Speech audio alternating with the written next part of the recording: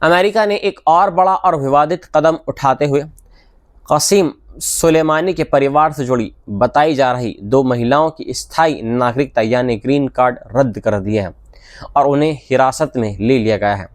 अमेरिकी विदेश विभाग के मुताबिक सुलेमानी की भांजी हमीदे सुलेमानी अफशार और उनकी बेटी को शुक्रवार रात गिरफ्तार कर लिया गया और अब उन्हें इमिग्रेशन एंड कस्टम्स इन्फोर्समेंट के तहत रखा गया है ताकि उन्हें देश से बाहर भेजा जा सके। अमेरिका का दावा है कि अफशार ईरानी शासन के खुलकर समर्थक रही हैं और ऐसे लोगों को देश में रहने की इजाज़त नहीं दी जाएगी। डोनाल्ड ट्रंप प्रशासन ने साफ कहा है कि अमेरिका आतंकी शासन का समर्थन करने वालों को अपने देश में जगह नहीं देगा। हालांकि इस दावे को सुलेमानी की बेटी ज़ैनब सुलेमानी ने पूरी तरीके से खारिज करते हुए कहा है कि गिरफ्तारी की गई महिलाओं का उनके परिवार से कोई संबंध नहीं है और ये आरोप बिल्कुल गलत है। ये मामला अब अमेरिका में फ्री स्पीच और व्यक्तिगत अधिकारों को लेकर बड़ी बहस छिड़ रहा है, क्योंकि सवाल उठ रहा है कि क्या सिर्फ रिश्तेदारी या कथित विचारों के आधार पर किसी को सज़ा दी जा सकती है। यह कदम ऐसे समय पर उठाया गया है जब अमेरिका और ईरान के बीच जंग अपने 5वें हफ्ते में पहुंच चुकी है और दोनों देशों के बीच तनाव चरम पर है। इससे पहले भी इसी महीने अमेरिका ने ईरान के एक अन्य बड़े नेता के परिवार से जुड़े लोगों की नागरिकता रद्द कर दी थी। मार्को रूबियो ने खुद सोशल मीडिया पर इस कार्रवाई की जिम्मेदारी लेते हुए कहा है कि उन्होंने अफशार और उनकी बेटी की लीगल स्टेटस खत्म कर दिया है क्योंकि वे अमेरिका विरोधी बयानों का समर्थन कर रही थी। इसके अलावा उनके पति के अमेरिका में प्रवेश पर भी रोक लगा दी गई है। ये फैसला अमेरिका में कुछ राजनीतिक और सोशल मीडिया समूह के दबाव के बाद आया है, जहां कई लोगों ने उन परिवारों को देश से निकालने की मांग की थी। अब ये मामला सिर्फ इमिग्रेशन का नहीं बल्कि अंतर्राष्ट्रीय राजनीति और मानवाधिकारों के टकराव का एक बड़ा उदाहरण बनता जा रहा है। कुवैत में हाल ही में हुए ईरानी ड्रोन हमलों ने पूरे गल्फ क्षेत्र में डर और तनाव को और बढ़ा दिया है। इन हमलों में कुवैत के 2 बड़े बिजली और पानी के डिसैलिनेशन प्लांट को गंभीर नुकसान पहुंचा है, जिसके कारण बिजली उत्पादन की 2 यूनिट बंद हो गई हैं और कई जगह आग लग गई है। शुवेख ऑयल सेक्टर कॉम्प्लेक्स में भी आग भड़क उठी है और सरकारी इमारतों को भारी नुकसान हुआ है। हालांकि राहत की बात यह रही कि इन हमलों में कोई जानहानि नहीं हुई है, लेकिन सबसे बड़ी चिंता यह है कि कुवैत जैसे देशों में लगभग 90% पीने का पानी उन डिसैलिनेशन प्लांट से आता है। यानी यह हमला सीधे आम लोगों की ज़िंदगी पर असर डाल रहा है। ये हमले सिर्फ कुवैत तक सीमित नहीं रहे हैं, बल्कि हम सभी जानते हैं ये हमले बहरीन में बैबको एनर्जीज के तेल टैंक पर ड्रोन हमले हुए हैं, जिससे आग लग गई है और कई पेट्रोकेमिकल यूनिट्स इससे प्रभावित हुए हैं। वहीं अबू धाबी में बर्ग पेट्रोकेमिकल प्लांट में भी आग लग गई है, जो एयर डिफेंस द्वारा रोके गए हमलों के मलबे की वजह से हुआ। सऊदी अरब ने भी मिसाइलों को हवा में ही इंटरसेप्ट कर दिया गया है। इन घटनाओं के बीच ईरान का दावा यह है कि वे केवल अमेरिकी और सैन्य ठिकानों को निशाना बना रहा है, लेकिन ज़मीनी हकीकत ये रही है कि सिविलियन इंफ्रास्ट्रक्चर जैसे पानी, बिजली और तेल सुविधाएं भी लगातार निशाने पर हैं। गल्फ देशों ने अब तक काफ़ी संयम दिखाया है, लेकिन अब साफ कहा जा रहा है कि सब्र की भी एक हद होती है। गल्फ कोऑपरेशन काउंसिल के देश लगातार डी-एस्केलेशन और बातचीत की बात कर रहे हैं, लेकिन साथ ये भी संकेत दे रहे हैं कि अगर हमले ऐसे ही जारी रहे तो उनका रुख बदल सकता है।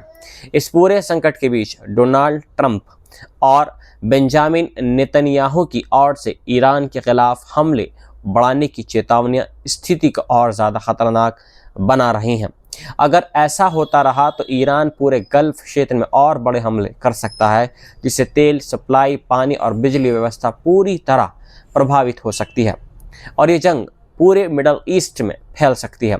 अब ये सिर्फ एक सैन्य टकराव नहीं, बल्कि पूरे क्षेत्र की सुरक्षा और आम लोगों की ज़िंदगी से जुड़ा बड़ा संकट बन चुका है। ओमान ने ईरान के साथ डिप्टी फॉरेन मिनिस्टर स्तर की अहम बैठक की है, जिसमें स्ट्रेट ऑफ हार्मोज से जहाज़ों की सुरक्षित आवाजाही सुनिश्चित करने के विकल्पों पर चर्चा हुई है। ओमान के विदेश मंत्रालय के मुताबिक ये बैठक दोनों देशों के अंडर सेक्रेटरी स्तर पर हुई है, जिसमें जानकारों ने कई प्रस्ताव और योजनाएं पेश की हैं, जिन पर आगे विचार किया जा रहा है। इस बीच रिपोर्ट्स के अनुसार ओमान के 3 जहाज, जिनमें 2 बड़े ऑयल सुपर टैंकर और एक LNG कैरियर शामिल है, असामान्य रूप से ओमानी तट के पास से गुजरते देखे गए हैं, जो ईरान के तय किए गए कॉरिडोर से बाहर थे, जिससे क्षेत्र में बढ़ती अस्थिरता का संकेत मिलता है। ये घटनाक्रम ऐसे समय में सामने आया है जब ईरान पहले ही स्ट्रेट ऑफ हार्मोज में जहाज़ों की आवाजाही पर कड़ी पाबंदी लगा चुका है, जो दुनिया के लगभग 20% तेल सप्लाई का अहम रास्ता है, और इस पर असर पड़ते ही ग्लोबल मार्केट में उथल पुथल बढ़ गई है। बताया जा रहा है कि करीब 3000 जहाज इस रूट पर फंसे हुए हैं। हालांकि कुछ देशों जैसे पाकिस्तान, फ्रांस और तुर्की से जुड़े जहाज़ों को सीमित अनुमति दी गई है। इस बीच डोनाल्ड ट्रंप ने चेतावनी दे दी है कि अगर ये रास्ता तुरंत नहीं खोला गया तो हालात और भयानक हो सकते हैं। वहीं मिस्र के विदेश मंत्री बदर अब्दुल अत्ती ने अमेरिकी दूत स्टीव विटकॉफ और ईरानी विदेश मंत्री अब्बास अराक्ची के साथ बातचीत कर तनाव कम करने के प्रयास तेज कर दिए हैं, लेकिन जानकारों का मानना है कि हालात बेहद नाजुक हैं और अगर जल्द कूटनीतिक समाधान नहीं निकला तो यह संकट पूरे क्षेत्र के लिए एक बड़ा खतरा बन सकता है। अमेरिका और ईरान के बीच चल रही जंग के 37वें दिन एक बेहद नाटकीय और ख़तरनाक घटना सामने आई है, जब डोनाल्ड ट्रंप ने ऐलान किया है कि ईरान के अंदर गिराए गए अमेरिकी F-15E फाइटर जेट के एक लापता सैनिक को आखिरकार बचा लिया गया है। ये सैनिक करीब 2 दिनों से ईरान के पहाड़ी इलाके में फंसा हुआ था, जहां उसे पकड़ने के लिए ईरानी फोर्सेस और स्थानीय लोग भी तलाश में जुटे थे, क्योंकि अगर ये जिंदा पकड़ लिया जाता तो ये तेहरान के लिए एक बड़ी रणनीतिक जीत होती और अमेरिका के लिए भारी झटका। लेकिन अमेरिका ने एक बेहद जोखिम भरा रेस्क्यू ऑपरेशन चलाया है, जिसमें दर्जनों हथियारबंद विमान और हेलीकॉप्टर शामिल किए गए हैं, और इसी दौरान ईरानी और अमेरिकी बलों के बीच जोरदार गोलीबारी हुई है। रिपोर्ट्स के मुताबिक ये ऑपरेशन रात में शुरू हुआ था, लेकिन दुश्मन की फायरिंग के कारण दिन तक खींचता गया, जिससे खतरा और ज़्यादा बढ़ गया। बताया जा रहा है कि सैनिक गंभीर रूप से घायल हुआ है, लेकिन आखिरकार उसे सुरक्षित बाहर निकाल लिया गया है। ये वही मिशन था जिसे ट्रंप ने अमेरिकी इतिहास के सबसे साहसी रेस्क्यू ऑपरेशनों में से एक बताया है। इस पूरी घटना की शुरुआत तब हुई है जब शुक्रवार को ईरान के दक्षिणी इलाके में अमेरिकी F-15E जेट को ईरान के एडवांस एयर डिफेंस सिस्टम ने मार गिराया है। ये 2003 के बाद पहली बार था जब कोई अमेरिकी विमान इस तरह गिराया गया हो।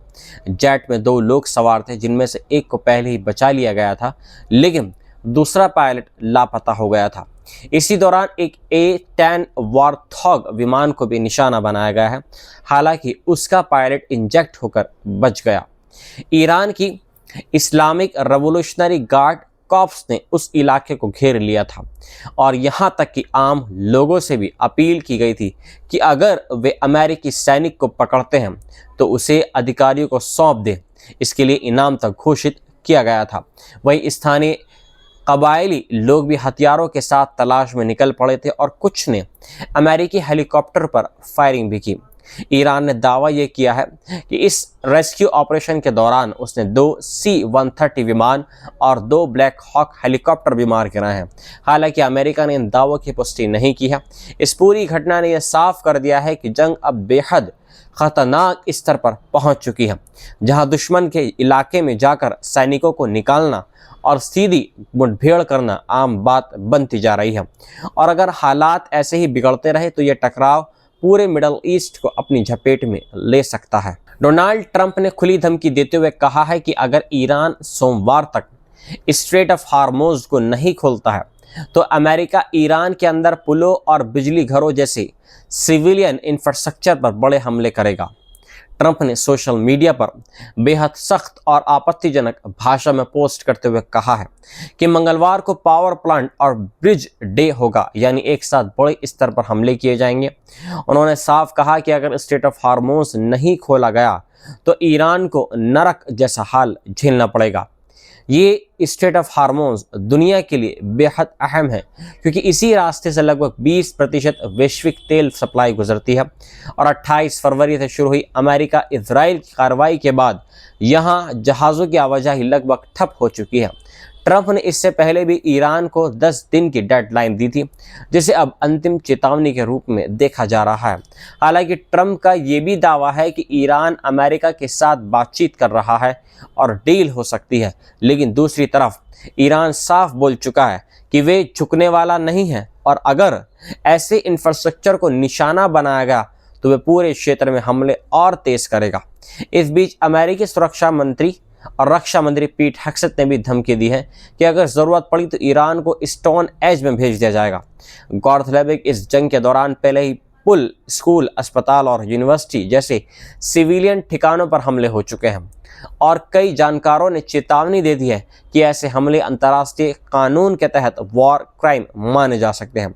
इस पूरे घटनाक्रम के बीच ट्रंप ने यह भी बताया है कि हाल ही में ईरान में गिराए गए F-15E जेट के घायल अमेरिकी सैनिक को एक बेहद खतरनाक ऑपरेशन में बचा लिया गया है, जिससे अमेरिका को एक बड़ी राहत मिली है।